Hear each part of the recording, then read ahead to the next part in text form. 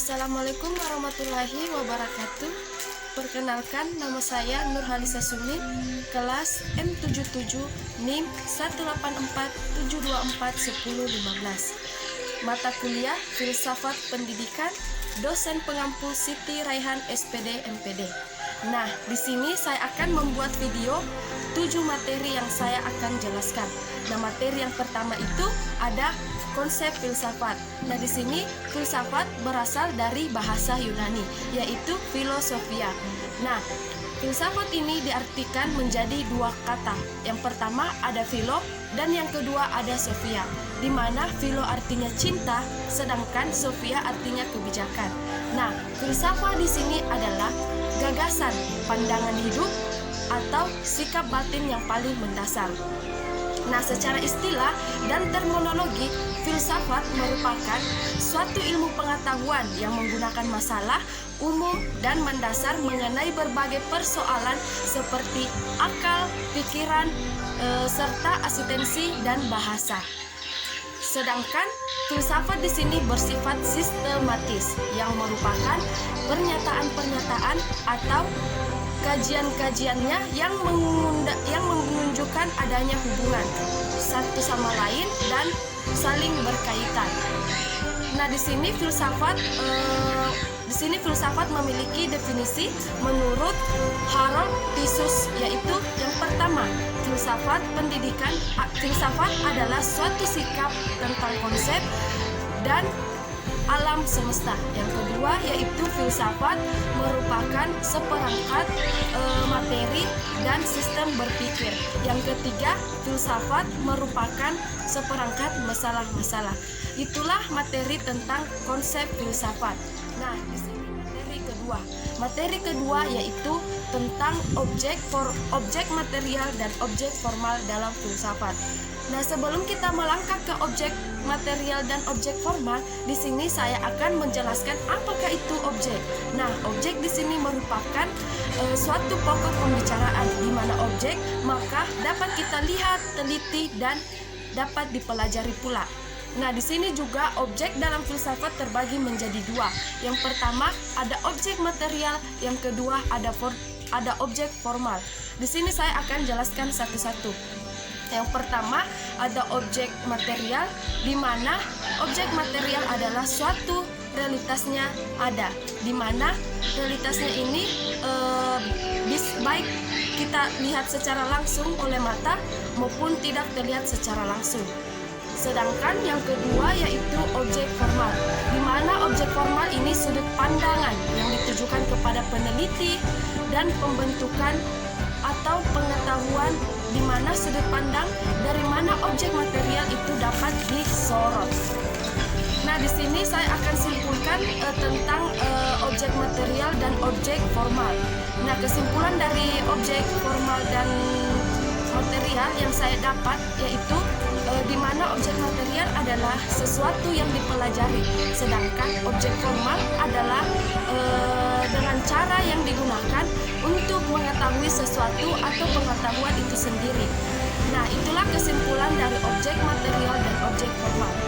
Selanjutnya di sini saya akan membahas tentang di mana objek material itu dapat dibagi menjadi 3 bagian pokok persoalan. Yang pertama ada hakikat Tuhan, yang kedua hakikat alam, dan yang ketiga hakikat manusia. Nah, itulah 3 contoh persoalan dalam objek material. Selanjutnya yaitu objek formal, di mana objek formal itu bersifat empiris dan ilmiah. Nah, di sini sifat empiris dan ilmiah ini dalam objek formalnya ada 2 bagian. Yang pertama ada spesifikasi dan yang kedua ada perspektif. Nah, di sini spesifikasinya yaitu sesuatu yang diteliti melalui bagian materi tersebut, seperti bentuk-bentuk atau ciri-ciri tersebut. Nah, yang kedua yaitu tentang perspektif, di mana perspektif ini kita akan meneliti atau mengkaji ilmu dari sudut pandang pengkaji peneliti itu. itulah dua bagian dari objek formal. Selanjutnya yaitu contoh dari objek formal dan objek material. Nah, di sini contoh materialnya ada 3 yang saya dapat. Yang pertama itu di mana atmosfer. Atmosfer itu contohnya kayak munculnya pelangi, badai, dan putih beliung. Sedangkan yang kedua yaitu litosfer, gempa, gunung, dan longsor. Yang ketiga yaitu hidrosfer, di mana hidrosfer contohnya itu kayak tsunami. Nah, selanjutnya yaitu contoh objek formal, di mana contoh objek formal yaitu fenomena persebarannya, di mana persebaran fenomena itu tersebut merupakan permukaan bumi. Nah, permukaan bumi itu seperti kabut asap di pembakaran hutan. Fenomena pembakaran hutan terjadi karena adanya kemarau yang berpanjangan.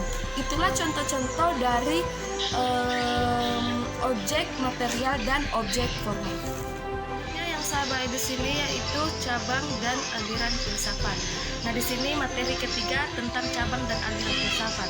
Nah, yang pertama kita bahas yaitu cabang filsafat, di mana cabang filsafat ini terbagi menjadi beberapa. Yang pertama ada epistemologi, di mana epistemologi yaitu teori pengetahuan yang membicarakan tentang sumber dan kebenaran pengetahuan. Yang kedua yaitu logika, di mana logika ini membahas tentang pengetahuan, tentang kesimpulan, dan tentang suatu hal. Dan yang ketiga itu ada kritik ilmu-ilmu, teori yang dapat membagi beberapa ilmu-ilmu di dalamnya. Contohnya itu ada fisika, ada kimia. Nah, yang keempat ada metafisika umum, di mana metafisika umum ini membicarakan masalah-masalah pengalaman yang ada.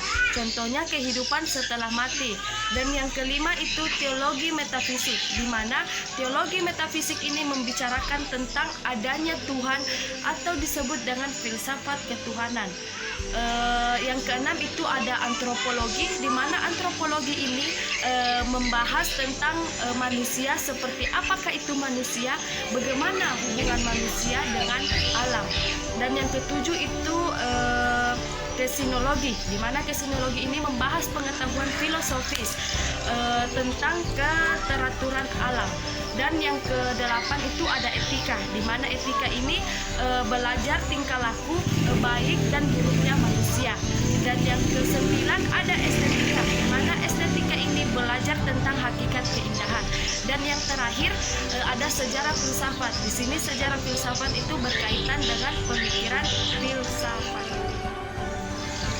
Nah, lanjutan dari materi ketiga yaitu aliran filsafat, di mana aliran filsafat ini terbagi menjadi beberapa.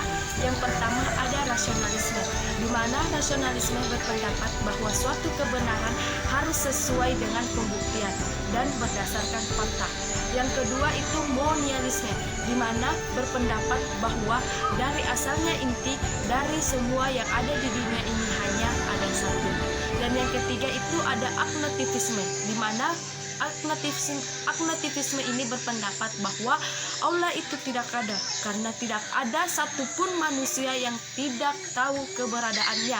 Dan yang keempat itu nihilisme, di mana nihilisme ini berpendapat semua yang ada di dunia dan terutama manusia tidak memiliki satu tujuan. Dan yang terakhir itu eksistensial, di mana dia berpendapat bahwa manusia dipandang sebagai makhluk yang harus aktif dengan apapun dan dengan apapun yang di lingkungannya, dan semua yang dikerjakan oleh manusia harus dilakukan dengan sadar. Nah, itulah materi dari cabang dan aliran filsafat.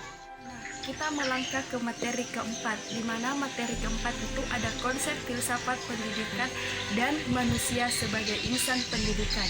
Nah, di sini saya akan membahas tentang di mana manusia adalah satu ketuhanan, yakni antara jiwa dan raga serta jasmani dan rohani.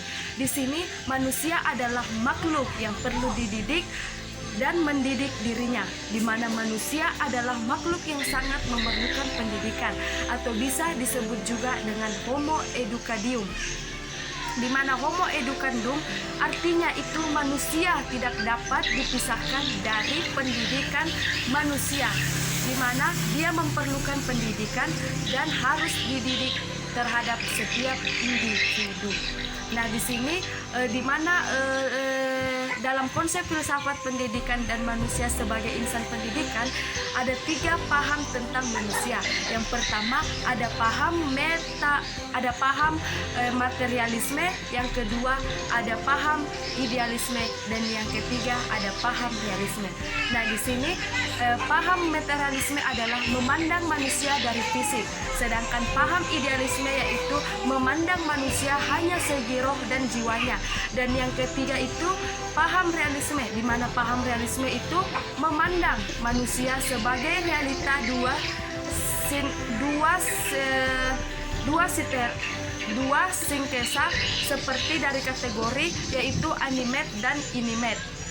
Di mana arti dari animate dan inanimate yaitu animate artinya makhluk hidup, sedangkan inanimate artinya makhluk hidup. Nah, di sini juga sejak lahir seseorang manusia sudah langsung terlibat di dalam kegiatan pendidikan dan pembelajaran, di mana pendidikan ini sudah dirawat dan dijaga, dilatih, dididik oleh orang tuanya, keluarganya, dan masyarakatnya. Pendidikan bertujuan agar seseorang menjadi manusia yang ideal. Sosok manusia yang ideal adalah manusia yang beriman dan bertakwa kepada Tuhan yang Maha Esa, bermoral dan berakhlak, terpuji atau mulia, pintar, cerdas, dan mempunyai perasaan, mempunyai kemampuan, dan mampu berkarya. Itulah pendidikan dalam filsafat. Nah, di sini juga manusia sebagai objek pendidik adalah manusia dalam perwujudannya atau sebagai individu yang menjadi bagian integral atau masyarakatnya. Nah, di sini adapun prinsip manusia yang mendapatkan pendidikan dan perlu mendidik dirinya, yaitu yang pertama ada prinsip historitas, dan yang kedua ada prinsip idealitas, dan yang ketiga ada prinsip posibilitas. Nah, di sini prinsip historitas adalah mengapa dia mengarah ke masa depan untuk mencapai tujuan hidupnya. Dan yang kedua yaitu prinsip idealitas, membahas tentang menjadi manusia yang ideal. Dan yang ketiga itu prinsip posibilitas atau aktivitas ini, di mana kemampuan yang seharusnya dilakukan manusia tidak dibawa sejak kelahirannya. Nah, itulah materi dari materi kelima, di mana materi kelima itu berbunyi tentang dasar filsafat pendidikan. Nah, di sini filsafat berasal dari bahasa Inggris dan bahasa Yunani. Pada bahasa Inggris ini yaitu filosofi, sedangkan bahasa Yunani yaitu philien. Nah, di sini juga filsafat bertujuan untuk mencari hakikat kebenaran, baik itu dalam logika, etika maupun metafisika. Nah, di sini belajar filsafat akan memberikan dasar-dasar dan kajian bidangnya. Nah, di sini juga dasar filsafat pendidikan terbagi menjadi 3 bagian. Yang pertama ada metafisika, yang kedua ada epistemologi, dan yang ketiga ada aksiologi. Nah, di sini metafisika adalah untuk mencari masalah hakikat. Yang kedua itu tentang epistemologi, di mana epistemologi yaitu dalam pengetahuannya dan penentuannya itu termasuk dalam sistem dasar kurikulum. Dan yang ketiga yaitu aksiologi, di mana aksiologi yaitu mencari nilai yang baik atau nilai tidak baik, dan bisa juga dikatakan nilai indah atau nilai tidak indah. Nah, itulah 3 bagian dari dasar filsafat pendidikan. Selanjutnya di sini saya akan bahas tentang pengertian dasar filsafat pendidikan, di mana dasar filsafat pendidikan merupakan ilmu filsafat yang mempelajari hakikat, pelaksanaan, dan pendidikan.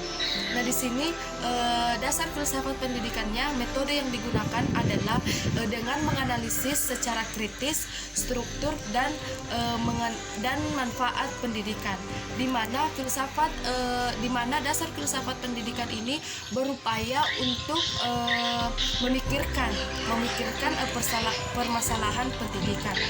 Nah, itulah pengertian dari dasar filsafat pendidikan. Selanjutnya di sini adapun tujuan filsafat pendidikan yang dikembangkan oleh pendidikan.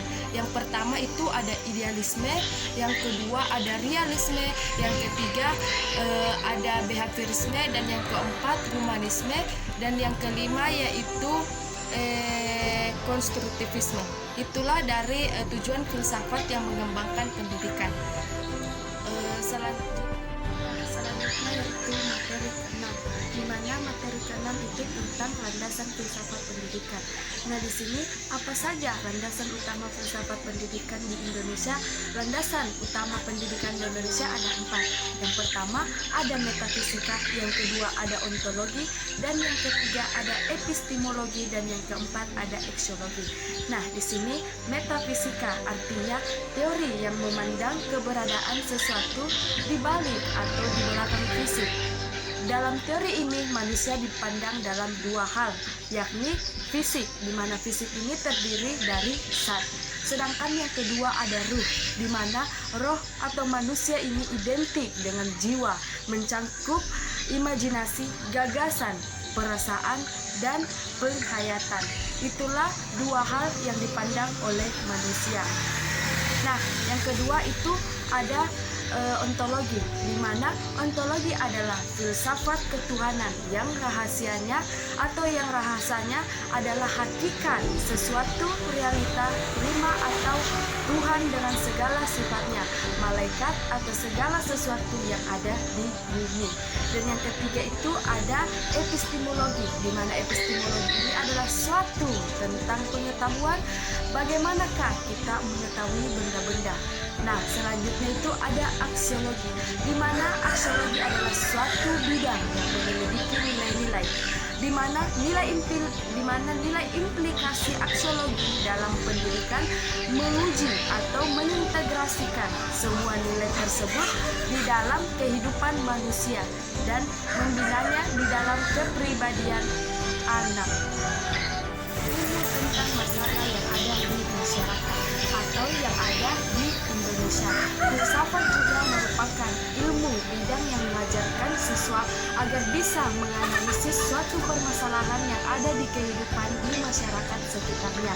Nah, di sini juga filsafat bertujuan membawa manusia mengalami hidup yang dimilikinya dan pandangan, pengalaman, pengetahuan, dan penghayatan yang baik dan benar. Itulah materi dari landasan filsafat pendidikan. Selanjutnya yaitu pandangan filsafat pendidikan. Nah, di sini pandangan filsafat pendidikan terbagi menjadi beberapa. Yang pertama ada progresisme, di mana yang mempunyai konsep yang didasari oleh pengetahuan dan kepercayaan bahwa manusia itu mempunyai kemampuan yang wajar dan didapat menghadapi serta mengatasi masalah-masalah yang bersifat menekan atau mengancam adanya manusia atau itu sendiri.